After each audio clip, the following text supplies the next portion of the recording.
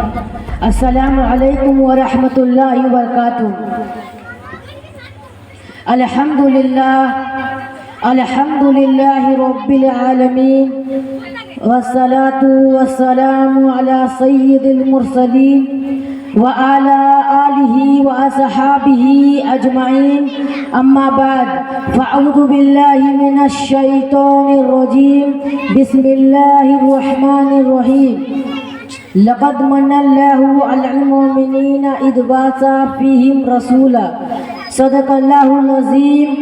وصدق رسولہ النبی الکریم، ونحن علی ذلک لمن الشاہدین والشاکرین، والحمد للہ رب العالمین۔ کسی شاعر نے کیا ہی خوب لکھا ہے، نثار تیری چہل پہل پہ ہزاروں عید ربیع الاول، نثار تیری چہل پہل پہ ہزاروں عید ربیع الاول، سوائے ابلیس کے جہاں میں سبھی تو خوشیاں منا رہے ہیں، سوائے ابلیس کے جہاں میں سبھی تو خوشیاں منا رہے ہیں۔ تجھ سے اور جنت سے کیا مطلب وہاں بھی دور ہو، تجھ سے اور جنت سے کیا مطلب وہاں بھی دور ہو، ہم رسول اللہ کے جنت رسول اللہ کی، ہم رسول اللہ کے جنت رسول اللہ کی، حشر تک ڈالیں گے ہم پیدائش مولا کی دھوم، حشر تک ڈالیں گے ہم پیدائش مولا کی دھوم، مثل فارس دست کے قلعے گراتے جائیں گے، مثل فارس دست کے قلعے گراتے جائیں گے۔ محترم حضرات، تلاوت کردہ آیت کریمہ کے تعلق سے کچھ بیان کرنے سے پہلے حضور رحمت عالم صلی اللہ تعالیٰ علیہ وسلم کے دربار گہربار میں درود و سلام کی ڈالیاں نچھاور کرے اور بلند آواز سے پڑھے، الصلاۃ السلام علیکہ یا رسول اللہ، الصلاۃ السلام علیکہ یا حبیب اللہ صلی اللہ تعالیٰ علیہ وسلم۔ حضرات گرامی،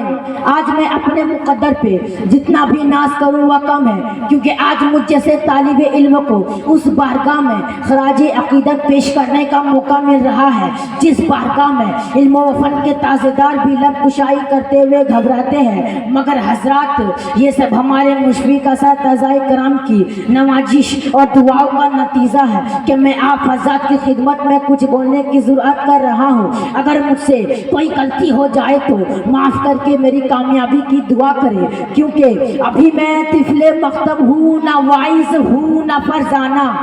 ابھی میں طفل مکتب ہوں، نہ وائز ہوں نہ فرزانہ، تمنا دل میں گونجی ہے سنا تو حق کا فرمانا، تمنا دل میں گونجی ہے سنا تو حق کا فرمانا۔ میں نے جس آیت کریمہ کی تلاوت کا شرف حاصل کیا ہے اس کا ترجمہ یہ ہے، بے شک اللہ کا بڑا احسان ہوا مسلمانوں پر کہ انہی میں سے ایک رسول بھیجا۔ رب تبارک و تعالیٰ کا لاکھ لاکھ شکر و احسان ہے کہ اس نے ہمیں اور آپ کو بے شمار نعمتوں سے مالا مال فرمایا۔ اس کی کن کن نعمتوں کا تذکرہ کیا جائے، آپ جدھر نگاہ اٹھا کر دیکھیں گے اسی کی نعمت کا جلوہ نظر آئے گا۔ آسمان اسی کی نعمت، زمین اسی کی نعمت، ہوا اسی کی نعمت، پانی اسی کی نعمت، کھانا اسی کی نعمت، دانا اسی کی نعمت، چاند اسی کی نعمت، سورج اسی کی نعمت، جسم اسی کی نعمت، جان اسی کی نعمت، قرآن اسی کی نعمت اور ایمان اسی کی نعمت۔ حضرات، انسانوں کی کیا مجال کہ اس کی نعمتوں کا شمار کر سکے۔ خود اللہ رب العزت ارشاد فرماتے ہیں، وَإِن تَعُدُّوا نِعْمَتَ اللَّهِ لَا تُحْصُوهَا، اور اگر اللہ کی نعمتوں کو گننا چاہو تو انہیں شمار نہ کر سکو گے۔ عزیزان ملت اسلامیہ، مگر پروردگار عالم کا کرم دیکھتے، اس نے اپنے بندوں کو انگنت نعمتوں سے نوازا مگر احسان نہیں جتایا۔ ماشاءاللہ، عقل و شعور سے نوازا مگر احسان نہیں جتایا، عقل و شعور سے نوازا مگر احسان نہیں جتایا۔ آسمان کا شامیانہ لگایا مگر احسان نہیں جتایا، زمین کا فرش بچھایا مگر احسان نہیں جتایا، آسمان سے پانی برسایا مگر احسان نہیں جتایا، زمین سے دانا اگایا مگر احسان نہیں جتایا، چاند کی چاندنی سے نوازا مگر احسان نہیں جتایا، سورج کی روشنی سے نوازا مگر احسان نہیں جتایا، کہکشاں کے زمائل سے نوازا مگر احسان نہیں جتایا، پھولوں کی نکھت سے نوازا مگر احسان نہیں جتایا، دل و دماغ سے نوازا مگر احسان نہیں جتایا، مال و دولت کی کثرت سے نوازا مگر احسان نہیں جتایا، عزت و عظمت سے نوازا مگر احسان نہیں جتایا، آنکھیں عطا کی مگر احسان نہیں جتایا، آنکھوں کو بینائی عطا کی مگر احسان نہیں جتایا، کان میں قوت سماعت عطا کی مگر احسان نہیں جتایا،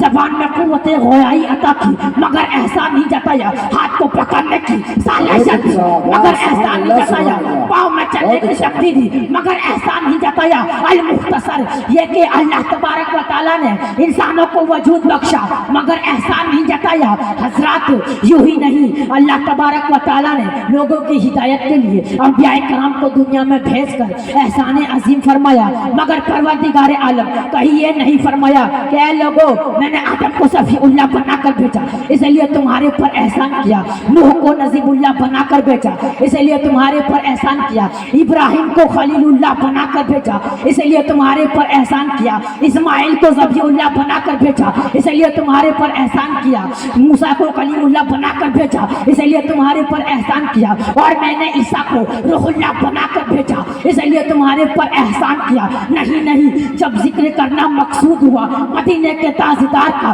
تن و عالم کے مختار کا، سرکار ابتکرار کا، شافی روز شمار کا، اور امت کے غمخوار کا، تو پروردگار عالم نے قرآن مقدس میں لقد من اللہ فرما کر سرکار کی عظمت کا پرچم لہرا دیا، حضور صلی اللہ تعالیٰ علیہ وسلم کے تشریف آوری پر احسان جتا کر ساری مخلوق میں آپ کو ممتاز و بلند فرما دیا۔ اسی لیے تو سرکار اعلیٰ حضرت فرماتے ہیں سب سے اعلیٰ و والا ہمارا نبی، سب سے بالا و والا ہمارا نبی، اپنے مولا کا پیارا ہمارا نبی، دونوں عالم کا دلہا ہمارا نبی۔ کیا خبر کتنے تارے کھلے چھپ گئے، کہ خبر کتنے تارے کھلے چھپ گئے، پر نہ ڈوبے نہ ڈوبا ہمارا نبی، پر نہ ڈوبے نہ ڈوبا ہمارا نبی علیہ وسلم کی ذات پاک میں اسی وجہ سے ہے کہ حضور نور مجسم اور روشن چراغ ہے، اور روشن چراغ ہے، بس حضور سراسر نور یقیناً تمام امتی محمدیہ اعلیٰ صلاحات صلاۃ و تحیات کے واسطے اللہ کے مقرر کیے ہوئے وسیلہ ہے، اور ایسا وسیلہ ہے کہ حالات و حیات میں بھی وسیلہ ہے، اور قیامت اور بعد وفات میں بھی قیامت تک وسیلہ ہے، کیونکہ جو نام اللہ نے اپنے کلام قدیم میں آپ صلی اللہ علیہ وسلم کو تجویز فرمایا وہ تمام زبانوں میں حضور صلی اللہ علیہ وسلم کی ذات پاک کے واسطے ثابت ہے، بلکہ آپ کے دنیا میں تشریف لانے سے پہلے آپ کی ذات امجد حضرت عبد المطلب رضی اللہ تعالی عنہ کو قریش مصیبت کے وقت ہی نور کے سبب حل مشکلات کا وسیلہ بنایا کرتے تھے۔ ساری کائنات کو روشنی حضور صلی اللہ علیہ وسلم کی نورانیت سے ملی ہے۔ کسی نے کیا یہ خوب کہا ہے کہ میرے آقا ضرور دیتے ہیں، کہ میرے آقا ضرور دیتے ہیں، جو بھی مانگو حضور دیتے ہیں، جو بھی مانگو حضور دیتے ہیں۔ کرامت ملتی ہے تو اسی کے در سے، محبت ملتی ہے تو اسی کے در سے، مودت ملتی ہے تو اسی کے در سے، صورت ملتی ہے تو اسی کے در سے، بصیرت ملتی ہے تو اسی کے در سے، دیانت ملتی ہے تو اسی کے در سے، امانت ملتی ہے تو اسی کے در سے، ریاست ملتی ہے تو اسی کے در سے، قیادت ملتی ہے تو اسی کے در سے، نبوت ملتی ہے تو اسی کے در سے، نبوت ملتی ہے تو اسی کے در سے، جنت ملتی ہے تو اسی کے در سے، معرفت ملتی ہے تو اسی کے در سے، بلکہ لذت و پاک ملتی ہے تو اسی کے در سے۔ اسی لیے تو اعلیٰ حضرت نے کیا ہے وہ فرمایا ہے کہ کون دیتا ہے دینے کو منہ چاہیے، کہ کون دیتا